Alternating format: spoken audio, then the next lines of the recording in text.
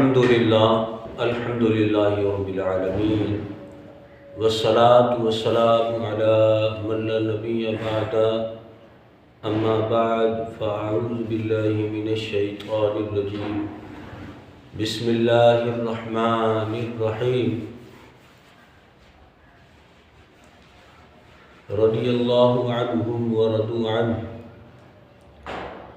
صدق اللہ العظیم ان اللہ وملائکتہ یصلون علی النبی یا ایہا الذین آمنوا صلوا علیہ وسلموا تسلیما اللہم صلی علی سیدنا وسندنا ومأوانا وملجانا ومحمد وبارک وسلم صلی علیہ صلاة و سلام علیک یا سیدی یا رسول اللہ۔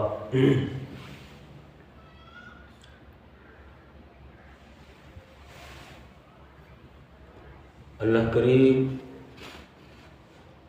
جل جلالہ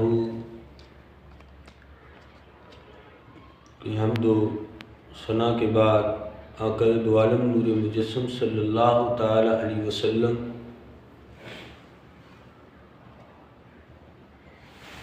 کی بارگاہ بے پناہ میں ہدیہ درود و سلام کے بعد کہ اللہ جل جلالہ حق کہنے اور حق سننے اور اس پر عمل کی توفیق اللہ تعالیٰ عطا فرمائے۔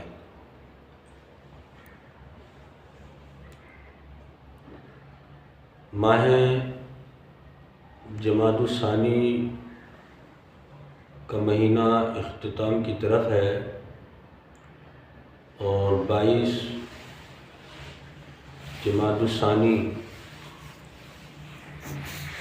یار غار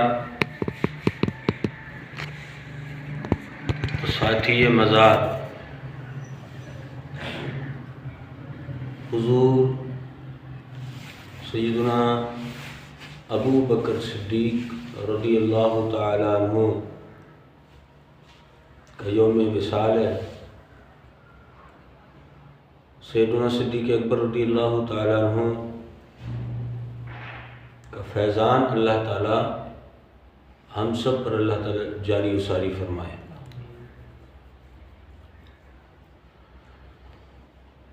سیدنا صدیق اکبر رضی اللہ تعالیٰ عنہ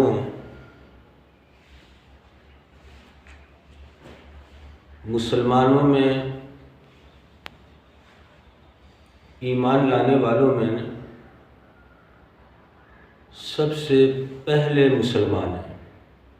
مردوں میں سب سے پہلے ایمان لانے والے سیدنا صدیق اکبر رضی اللہ تعالیٰ عنہ۔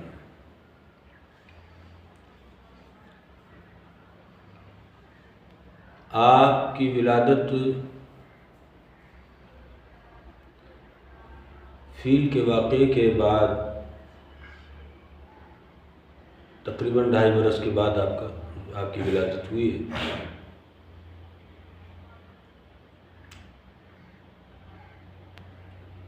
اور سیدنا صدیق اکبر رضی اللہ تعالیٰ عنہ آپ کے بارے میں یہ آتا ہے کہ آپ کی والدہ فرماتی تھی کہ سیدنا صدیق اکبر رضی اللہ تعالیٰ عنہ جب میرے شکم میں تھا تو کبھی مجھے بتوں کے آگے جھکنے نہیں دیا۔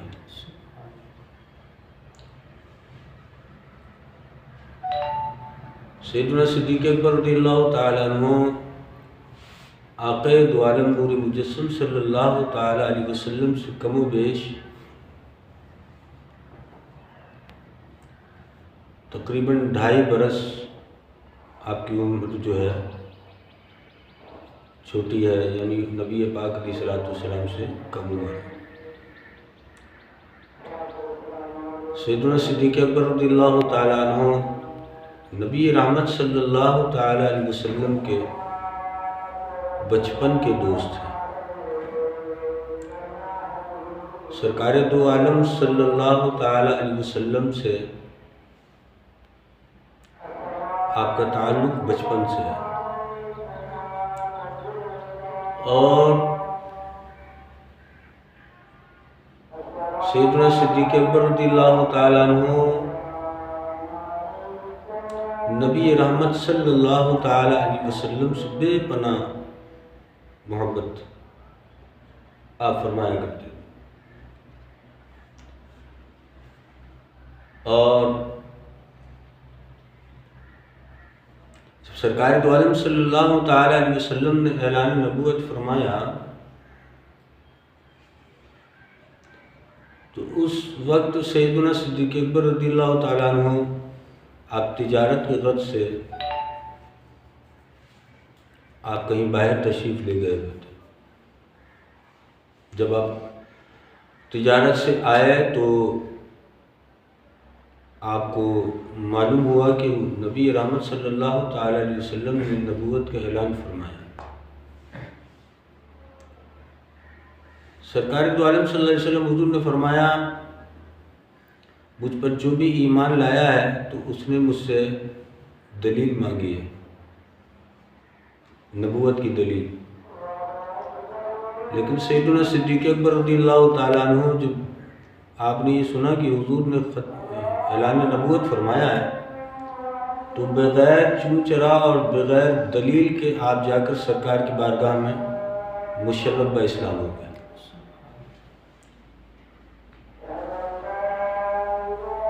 تو گویا کہ آپ سب سے پہلے ایمان لانے والوں میں۔ اب حال یہ تھا کہ آپ خلوت ہو جلوت ہو ہر ماحول میں نبی رحمت صلی اللہ تعالیٰ علیہ وسلم کے ساتھ سیدنا صدیق اکبر رضی اللہ تعالیٰ یعنی ہر ماحول میں سیدنا صدیق اکبر رضی اللہ تعالیٰ عنہ نبی رحمت صلی اللہ تعالیٰ علیہ وسلم کے ساتھ خلوت ہو جلوت ہو۔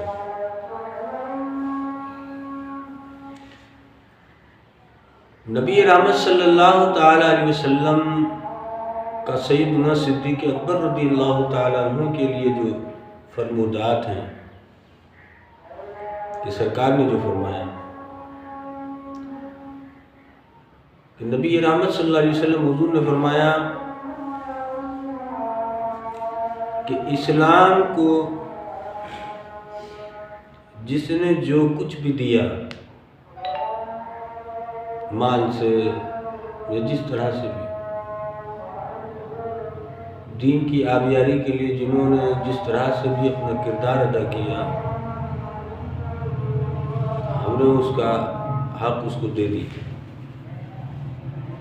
سوائے ابو بکر صدیق رضی اللہ تعالیٰ۔ حضور نے فرمایا کہ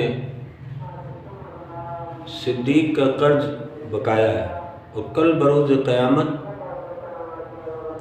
صدیق سیدنا حضرت ابو بکر صدیق رضی اللہ تعالیٰ عنہ نے جو اسلام کے لیے قربانیاں دی اور جو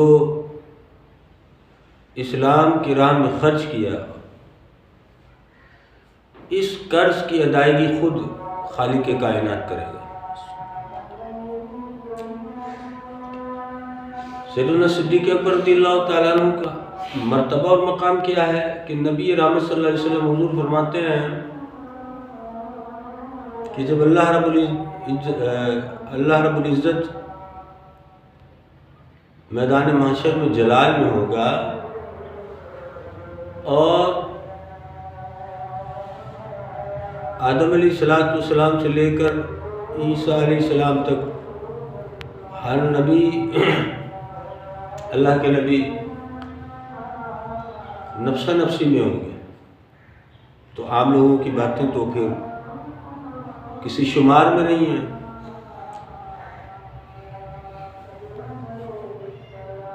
تو اس وقت حضور علیہ السلام میرے آقا کیا فرماتے ہیں؟ حضور فرماتے ہیں کہ سیدنا صدیق اکبر رضی اللہ تعالیٰ عنہ آپ کا مرتبہ اور مقام بیان فرماتے ہیں۔ حضور فرماتے ہیں کہ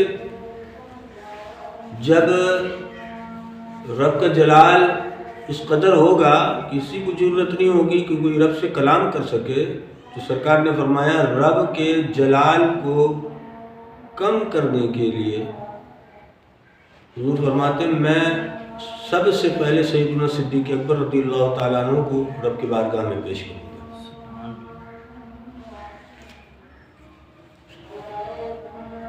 سیدنا صدیق اکبر رضی اللہ تعالیٰ عنہ کو حضور علیہ الصلوۃ والسلام نے ایک لقب بھی دیا، وہ کیا ہے؟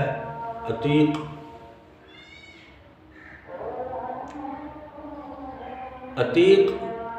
عتیق من النار۔ حضور نے فرمایا کہ اگر کسی کو جہنم سے آزاد مرد کو دیکھنا ہے تو ابو بکر صدیق کو دیکھ لو،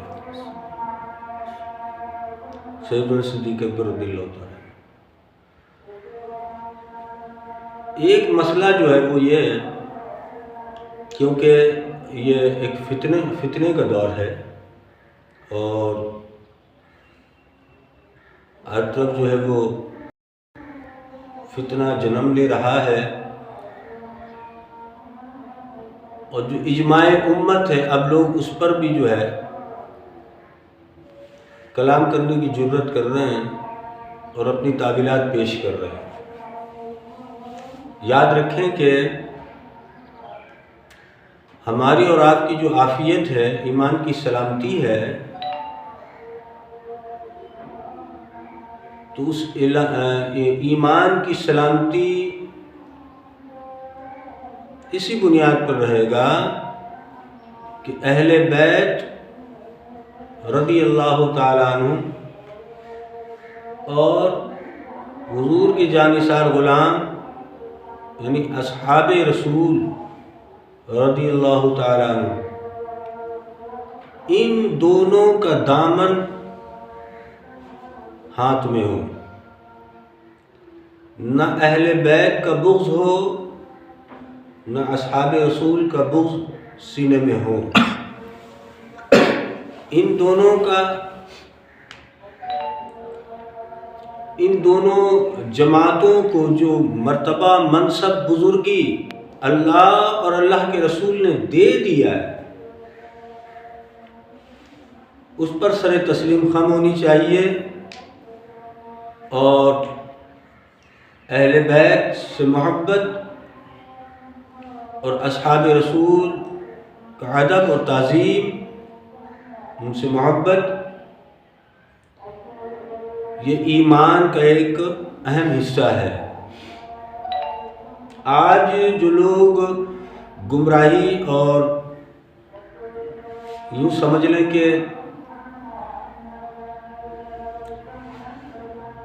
کہ گمراہی کے دلدل میں پھنس رہے ہیں، تو اس کی وجہ یہ ہے، حالانکہ وہ صاحب علم بھی ہیں، پڑھے لکھے ہیں، اور علم ہونے کے باوجود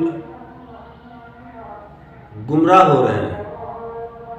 تو گمراہی کی وجہ کیا ہے؟ اپنے بزرگوں کے دامن کو چھوڑ کر خود سے دین سمجھنا۔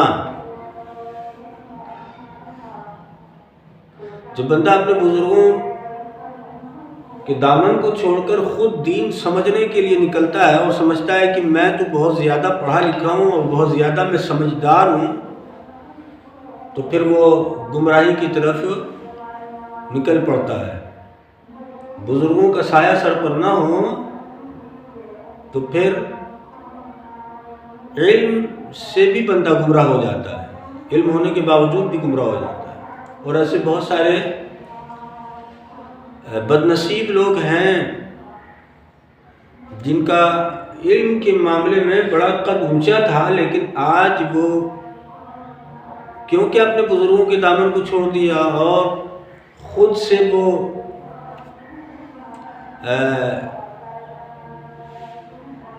علم کو سمجھنے کی کوشش میں لگے رہے، تو پھر وہ گمراہی کی طرف چل پڑے، اور پھر ان کے قول و فعل میں تضاد نظر آنے لگا۔ اور پھر ماضی میں ان کا قول کچھ تھا اور حال میں پھر کچھ اور ہوا. ماضی میں وہ کہتے تھے، حال میں کچھ اور کو کہنے لگے. یہ سب گمراہی ہے. عافیت اسی میں ہے کہ اہل بیت رضی اللہ تعالیٰ عنہ کو جو مرتبہ اللہ اس کے رسول نے دیا ہے اس مرتبے کو مانا جائے، اور صحابہ اکرام رضی اللہ تعالیٰ عنہ کو جو اللہ اس کے رسول نے مرتبہ دے دیا ہے اس کو تسلیم کیا جائے. اسی میں عافیت ہے. اب سیدنا صدیق اکبر رضی اللہ تعالیٰ عنہ کا جو مرتبہ اور مقام اور بزرگی ہے، یہ کسی مولوی نے نہیں دیا ہے،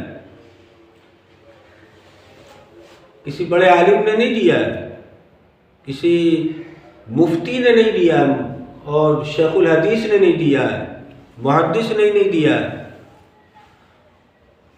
کسی ولی نے یہ مرتبہ اور مقام و بزرگی نہیں دیا ہے، بلکہ سیدنا صدیق اکبر رضی اللہ تعالیٰ عنہ کو جو مرتبہ اور مقام ملا ہے وہ اللہ اور اس کے رسول کے بارگاہ سے ملا ہے.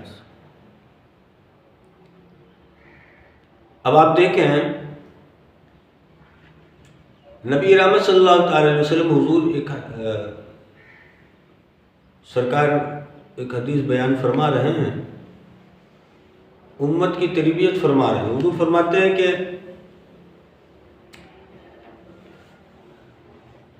جو شخص اپنے تہبند کو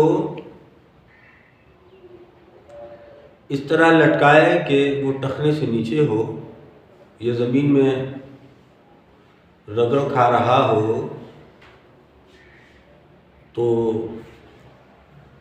حضور نے فرمایا وہ شخص جہنم میں ہے.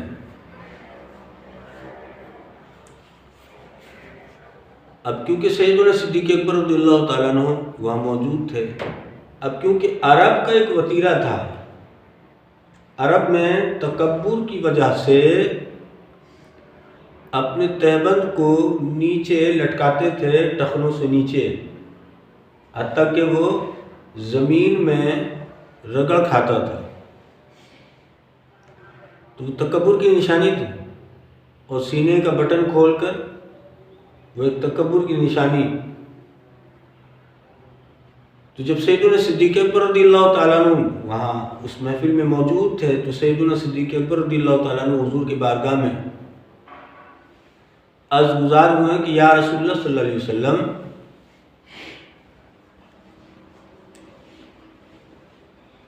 آپ نے یہ ارشاد فرمایا کہ تکبر کی وجہ سے جو اپنے تہبند کو ٹخنوں سے نیچے رکھے تو وہ جہنم میں ہے، اور کل بروز قیامت اللہ رب العزت اس بندے سے اپنا رخ انور پھیر لے گا. تو یا رسول اللہ صلی اللہ علیہ وسلم، مسئلہ یہ ہے کہ میں تہبند باندھتا ہوں تو کیونکہ میرا جو پیٹ ہے وہ میرے وجود سے باہر ہے، تو تہبند باندھتا ہوں تو وہ تہبند جو ہے کھسک کر نیچے آ جاتا ہے. اب وہ جب کھسک کے نیچے آ جاتا ہے تو ظاہر بات ٹخنوں سے نیچے ہوتا ہے. تو یا رسول اللہ صلی اللہ علیہ وسلم، میرے لیے کیا حکم ہے؟ اب دیکھیں یہاں سرکار دو عالم صلی اللہ علیہ وسلم سے جب سیدنا صدیق اکبر رضی اللہ تعالیٰ عنہ نے یہ پوچھا تو حضور فرماتے ہیں کہ بھائی میں نے تو مسئلہ بتا دیا ہے، اب مجھ سے تفصیل کیا پوچھ رہے ہو؟ مجھے جو مسئلہ بتانا تھا میں نے بتا دیا. اب تمہارا تہبند اگر نیچے سرک جاتا ہے تو اس کا انتظام کرو کہ وہ نیچے نہ سرکے.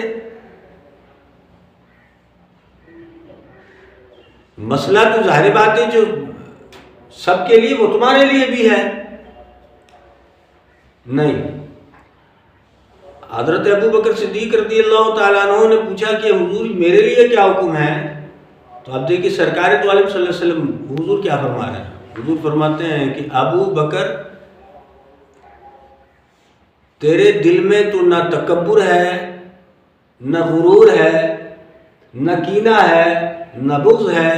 اے ابو بکر تیرا دل تو ان تمام غلاظت سے پاک ہے. کس سے پاک ہے؟ ان غلاظتوں سے پاک ہے. تکبر کی وجہ سے اگر تہبند کو نیچے لٹکایا جائے تو اللہ کل اس سے اپنا چہرہ انور پھیر لے گا. لیکن ابو بکر یہ بات تیرے لیے نہیں ہے. یہ سند کون دے رہا ہے؟ یہ سند وہ دے رہے ہیں جو قیامت تک کے لیے مسلمانوں کے دلوں کے اندر گزرنے والے خیال کو بھی جانتے ہیں. اپنی امت کے دلوں کے اندر گزرنے والے خیال کو بھی حضور جانتے ہیں. اب حضور نے ابو بکر کو یہ سند دیا ہے کہ ابو بکر تیرا دل تو تکبر سے، غرور سے، کینہ سے، بغض سے پاک ہے. سرکار دو عالم صلی اللہ علیہ وسلم حضور نے فرمایا کہ میری امت میں سب سے رحم دل ابو بکر ہے. حضور نے فرمایا میری امت میں میری امت کے لیے سب سے رحم دل ابو بکر ہے. سب سے رحم دل ابو بکر ہے. اور سیدنا صدیق اکبر رضی اللہ تعالیٰ عنہ نے کہا کہ آپ خلوت اور جلوت میں سرکار دو جہاں صلی اللہ تعالیٰ علیہ وسلم کے حضور کے ساتھ ہوا کرتے تھے. اور اس قدر خلوت رہی ہے کہ سرکار دو جہاں صلی اللہ تعالی علیہ وسلم کو ابو بکر حضور کو دیکھتے اور حضور ابو بکر کو دیکھتے ہیں. یہ دیکھنے کا یعنی جو حضور ابو بکر حضور کو دیکھتے، یہ دیکھنے کا سلسلہ اتنا طویل ہو گیا ہے کہ آج بھی ابو بکر حضور کو دیکھ رہے ہیں. اور یعنی جو اپنے مزار میں حضور کے پہلو میں جو آرام کر رہے ہیں تو ابو بکر کا چہرہ کدھر ہے؟ حضور کی طرف ہے. سرکار دو عالم صلی اللہ تعالی علیہ وسلم کی طرف حضرت ابو بکر صدیق رضی اللہ تعالیٰ عنہ کا رخ انور قیامت تک دیدار مصطفیٰ کرتے رہے. اچھا آپ دیکھیں سیدنا صدیق اکبر رضی اللہ تعالیٰ عنہ نبی رحمت صلی اللہ تعالیٰ علیہ وسلم، یہ جو لوگ گمراہ ہو رہے ہیں تو وہ گمراہی جو ہے ان کی بدنصیبی ہے. سیدنا صدیق اکبر رضی اللہ تعالیٰ عنہ کا جو منصب اور مرتبہ، مقام و بزرگی یہ اللہ اس کے رسول نے دیا ہے، کسی کے ماننے سے ذات صدیق اکبر پر نہ کوئی، اور کسی کے نہ ماننے سے سیدنا صدیق اکبر رضی اللہ تعالیٰ عنہ کی ذات کو کوئی نقصان پہنچے، ایسا کچھ بھی نہیں. مانے گا تو اس کا فائدہ ہے، نہیں مانے گا تو اس کا نقصان ہے. حضرت سیدنا صدیق اکبر رضی اللہ تعالیٰ عنہ جب ہجرت کی رات آئی نا کہ حضور علیہ السلام نے فرمایا کہ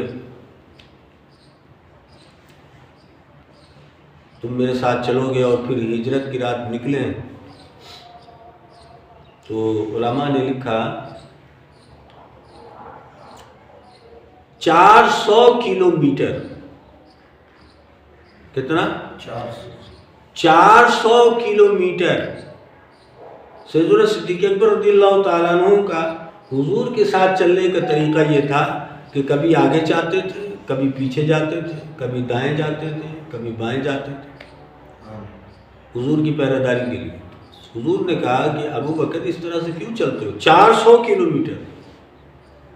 حضور نے فرمایا ابو بکر اس طرح سے کیوں چل رہے ہو؟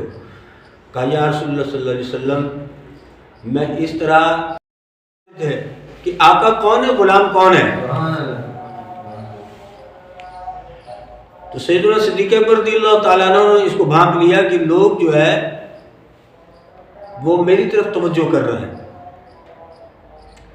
تو پھر آپ نے اپنا رومال یا چادر وہ لے کر سرکار دو عالم صلی اللہ علیہ وسلم کے اوپر سایہ کی غرض سے آپ کھڑے ہو گئے تاکہ آنے والے کو پتہ چلے کہ جو چادر لے کر سایہ کیا ہوا ہے یہ غلام ہے اور جو بیٹھا ہوا ہے یہ آقا ہے،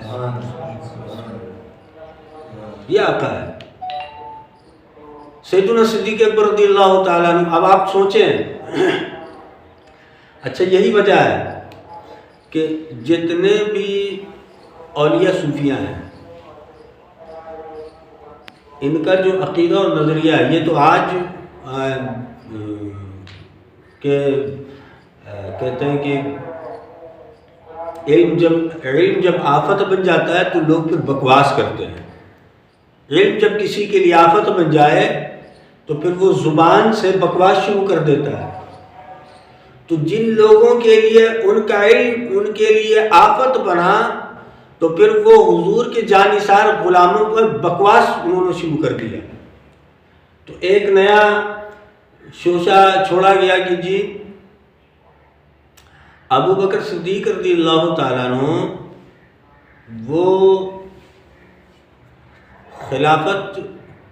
خلافت ظاہری کے معاملے میں وہ اول ہیں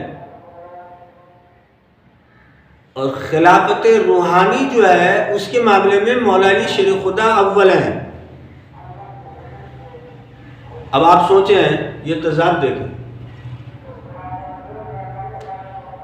اور یہ کسی بھی بزرگوں کا اللہ کے کسی بھی خاص بندے کا یہ عقیدہ ہے ہی نہیں۔ کشف المحجوب میں داتا علی اجمیری رحمۃ اللہ علیہ آپ جب اولیاء کے لیے قلم اٹھاتے ہیں کہ اولیاء اور صوفیاء کے لیے کچھ لکھوں تو سیدنا داتا علی اجمیری رضی اللہ تعالیٰ عنہ قلم اٹھاتے ہیں تو تصوف کے میدان میں سب سے پہلے امام کا جو ذکر کرتے ہیں وہ سیدنا صدیق اکبر رضی اللہ تعالیٰ عنہ، اور ذکر کرنے کے بعد آپ فرماتے ہیں کہ ابو بکر صدیق رضی اللہ تعالیٰ عنہ آپ یہ وہ ہستی ہیں کہ صرف یہ ظاہری خلافت میں آپ اول نہیں ہیں بلکہ روحانی خلافت میں بھی آپ اول ہیں۔ اور آپ دیکھیں کہ سرکار دو عالم صلی اللہ علیہ وسلم کی ظاہری زمانے میں 17 مرتبہ سیدنا صدیق اکبر رضی اللہ تعالیٰ عنہ سرکار کے مصلی میں کھڑے ہوئے حضور کی ظاہری زمانے میں نماز پڑھایا ہے، امامت حضور کی ظاہری زمانے میں امامت سیدنا صدیق اکبر رضی اللہ تعالیٰ عنہ نے کیا ہے، اور سرکار نے یہ حکم دیا، اور سرکار دو عالم صلی اللہ علیہ وسلم حضور نے فرمایا کہ روئے زمین میں انبیاء کے بعد روئے زمین میں اس آسمان کے نیچے انبیاء کے بعد اس آسمان کے نیچے ابو بکر صدیق رضی اللہ تعالیٰ عنہ سے زیادہ افضل اور رب کو پسندیدہ بندہ اور کوئی نہیں ہے. یعنی ابو بکر صدیق رضی اللہ تعالیٰ عنہ روئے زمین میں انبیاء کے بعد سب سے افضل، یعنی سیاسی طور پہ بھی، وہ خلافت کے معاملے میں ہو، چاہے وہ روحانی خلافت ہو، چاہے وہ سیاسی خلافت ہو، سیدنا صدیق اکبر رضی اللہ تعالیٰ عنہ افضل و اعلیٰ ہے. اب جو کہتے ہیں کہ جن کا علم جن کے لیے آفت بن چکا ہے، تو پھر وہ اس طرح کی باتیں کر رہے ہیں. اللہ تعالیٰ ایسے لوگوں کے علم سے امت مسلمہ کو محفوظ رکھے، ان کے شر سے محفوظ رکھے. سیدنا صدیق اکبر رضی اللہ تعالیٰ عنہ، آپ کا مرتبہ اور مقام، اب دیکھیں نا حضور نے کیا فرمایا. آپ اس بات سے اندازہ لگائیں کہ نبی رحمت صلی اللہ تعالیٰ علیہ وسلم، حضور نے فرمایا کہ ساروں کا قرض میں نے ادا کر دیا، لیکن ابو بکر کا قرض کل بروز قیامت رب ادا کرے گا، رب ادا کرے گا. اور کیا مرتبہ ہے سیدنا صدیق اکبر رضی اللہ تعالیٰ عنہ کا کہ سب سے، یعنی اللہ جل جلالہ وہ تو اپنا دیدار کرائے گا، جنتی لوگوں کو اپنا دیدار کرائے گا، لیکن ابو بکر صدیق رضی اللہ تعالیٰ عنہ کی شان یہ ہے کہ اللہ تعالیٰ خاص طور پہ سیدنا صدیق اکبر رضی اللہ تعالیٰ عنہ سے ملاقات کرے گا. اور سیدنا صدیق اکبر رضی اللہ تعالیٰ عنہ سے حضرت عمر بن خطاب رضی اللہ تعالیٰ عنہ آپ اکثر یہ فرمایا کرتے تھے کہ ابو بکر صدیق رضی اللہ تعالیٰ عنہ سے کہ اے ابو بکر صدیق رضی اللہ تعالیٰ عنہ، اے میرے بھائی، اے میرے اخی،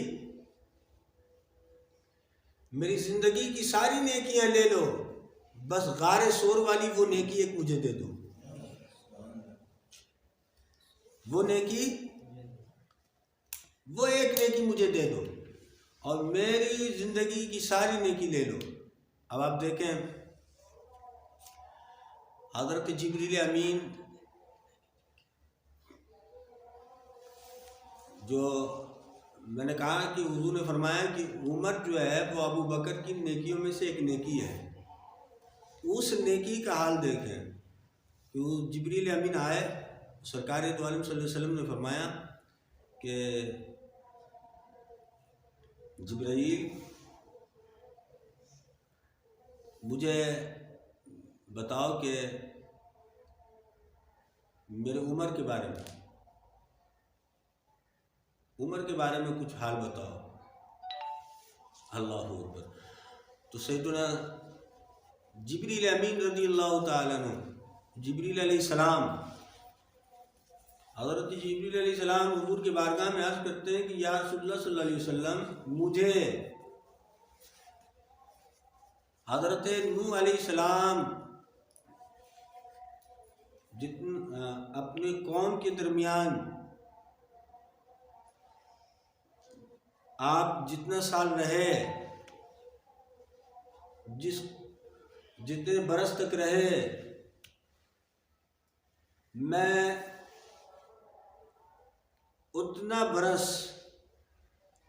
حضرت عمر رضی اللہ تعالیٰ عنہ کی فضیلت کو بیان کروں تو وہ ختم ہو جانا ہے، وہ ختم ہو جانا ہے. حضرت عمر بن خطاب رضی اللہ تعالیٰ عنہ کی فضیلت پھر بھی رہے گی. اب حضرت نوح علیہ السلام آپ تقریباً 950 سال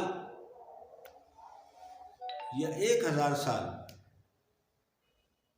آپ اپنے قوم کے درمیان رہے۔ اب سوچیں آپ، اللہ اکبر، جس نیکی کے بارے میں حضور فرما رہے ہیں کہ وہ ابو بکر کی نیکیوں میں سے ایک نیکی ہے، اس نیکی کے بارے میں جبریل امین فرما رہے ہیں کہ اگر مجھے 1000 سال مل جائے اور میں حضرت عمر کی فضیلت کو بیان کروں، 1000 سال مجھے مل جائے، میں یہی 1000 سال تک میں حضرت عمر کی فضیلت کو بیان کروں تو 1000 سال ختم ہو جائے گا، وہ ایک نیکی ہے۔ یہی وجہ ہے کہ صحابہ کرام رضی اللہ تعالیٰ عنہم آپس میں آپ کا کوئی اختلاف نہیں تھا، اور اصحاب رسول سیدنا صدیق اکبر رضی اللہ تعالیٰ عنہ کی شان اور آپ کی فضیلت، آپ کے مرتبہ اور بزرگی کو جانتے تھے۔ القصہ مختصر، آپ اور ہم آج کے اس پرفتن اور فتنے کے دور سے محفوظ اگر رہ سکتے ہیں تو اس محفوظ رہنے کا راز یہی ہے کہ اپنے بزرگوں کے دامن کو اپنے ہاتھ سے جانے نہ دیا جائے، اور کوئی بھی جب کوئی بات کر دے تو پھر نہیں ہو کہ اس میں سحر طاری ہو جائے، اوہ نہ، بلکہ جب وہ بات کر لے تو پھر اپنے بزرگوں کے دامن میں جا کر تلاش کرے کہ ہمارے بزرگوں نے اس معاملے میں کیا عقیدہ رکھا ہے۔ اگر ہمارے بزرگوں کے عقائد و نظریات سے اس بندے کا خطاب، اس کا عقیدہ نظریہ ٹکراتا ہے تو پھر ہم اس بندے کو چھوڑیں گے، دامن شیخ یا بزرگ، اپنے اولیاء صوفیہ، اپنے اسلاف، ان کے دامن کو نہیں چھوڑیں گے۔ یہ بات ذہن میں رکھ لیں کہ حضور غوث پاک رضی اللہ تعالیٰ عنہ ہوں، داتا علی حجویری ہوں، یا حضور مجدد الفسانی ہوں، یا جتنے بھی اولیاء صوفیہ ہیں، ان تمام کا یہی عقیدہ اور نظریہ ہے کہ سیدنا صدیق اکبر رضی اللہ تعالیٰ عنہ انبیاء کے بعد سب سے افضل ہیں، سب سے افضل ہے۔ اب یہ کہ فضیلت کے معاملے میں فضیلت خصوصیت ہے، وہ جو خصوصیت جن نفوس قدسیہ کو سرکار نے عطا کیا ہے، جن کے لیے جو سرکار نے فرمایا ہے، جو خصوصیت حضور نے عطا فرمایا ہے، تو اس کا انکار نہیں ہے، وہ تو ہم مانتے ہیں۔ مولا علی شیر خدا رضی اللہ تعالیٰ عنہ کو جو مرتبہ، جو مقام، جو بزرگی اللہ اور اللہ کے رسول کے بارگاہ سے ملا ہے، وہاں ہم سر تسلیم خم ہیں۔ جہاں عثمان غنی رضی اللہ تعالیٰ عنہ کو مرتبہ اور بزرگی اللہ اس کے رسول کے بارگاہ سے ملا ہے، وہاں ہم سر تسلیم خم ہیں۔ اور حضرت عمر رضی اللہ تعالیٰ عنہ کو جو مرتبہ بزرگی اللہ اس کے رسول کے بارگاہ سے ملا ہے، وہاں سر تسلیم خم ہیں۔ اور جہاں سیدنا صدیق اکبر رضی اللہ تعالیٰ عنہ کو مرتبہ، مقام، بزرگی اللہ اس کے رسول کے بارگاہ سے ملا ہے، وہاں سر تسلیم خم ہے، وہاں ہماری کوئی رائے نہیں ہے، ہمارا کوئی علم نہیں ہے۔ علم تو وہی ہے جو اللہ اس کے رسول نے دے دیا ہے، اور جو ہمارے اسلاف، ہمارے بزرگوں نے ہم تک پہنچا دیا، بس اس کے علاوہ ہماری اور کوئی بات نہیں ہے۔ سیدنا صدیق اکبر رضی اللہ تعالیٰ عنہ اس امت کے پہلے خلیفہ ہیں۔ کیا ہے؟ پہلے خلیفہ ہیں۔ اور سیدنا صدیق اکبر رضی اللہ تعالیٰ عنہ اس امت میں سیدنا صدیق اکبر رضی اللہ تعالی انبیاء کے بعد سب سے افضل اعلی ذات سیدنا صدیق اکبر رضی اللہ تعالیٰ عنہ کی ذات ہے۔ اب اس افضلیت میں اولیاء ہوں، صوفیاء ہوں، یا جماعت اصحاب ہوں، یا اہل بیت ہوں، تمام میں کیونکہ جب بات نبی کی آ گئی کہ صدیق سے افضل جو جماعت ہے وہ نبی کی جماعت ہے،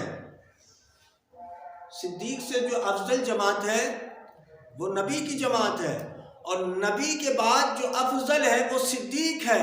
اب یہ افضلیت سیدنا صدیق اکبر رضی اللہ تعالیٰ عنہ کی یہ افضلیت حضرت عمر، حضرت عثمان غنی، مولا علی اور اہل بیت حسنین کریمین یہ سب پر سایہ کیا ہوا ہے، اور ان میں سے کسی ایک عظیم ہستی کا بھی ایسا کوئی عقیدہ نہیں تھا جو آج 1450 صدی کے زمانے میں فتنہ گر مولوی حضرات جو ہے وہ امت تک پہنچا رہے ہیں، بلکہ ان تمام نفوس قدسیہ کا یہی عقیدہ اور نظریہ تھا کہ نبی انبیاء کے بعد سب سے افضل ترین بشر جو ہے وہ ابو بکر صدیق رضی اللہ تعالیٰ عنہ ہے۔